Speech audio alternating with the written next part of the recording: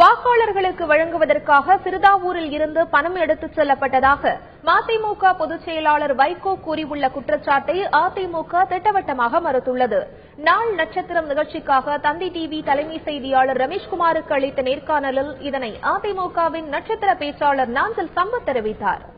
சிறுதாவூர் பங்களாவிலிருந்து பணம் கடத்தப்பட்டதுன்னு மதிமுக பொதுச் செயலர் தொடர்ந்து குற்றச்சாட்டு சொல்லிட்டு வருகிறார். அவர் மீது வழக்கம் போடப்பட்டது இருந்தாலும் ஒவ்வொரு கூட்டத்திலும் இதை தொடர்ந்து அவர் வலியுறுத்தி வருகிறார். என்ன காரணம்?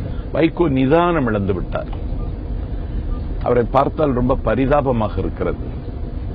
பேசுவதற்கு எத்தனையோ செய்திகள் இருந்ததற்கு பிறகு இப்படி ஒரு அபத்தமான குற்றச்சாட்டை சொல்வதன் மூலம் இவருக்கு இதில் என்ன ஆதாயம் கிடைக்கிறது என்று எனக்கு தெரியவில்லை.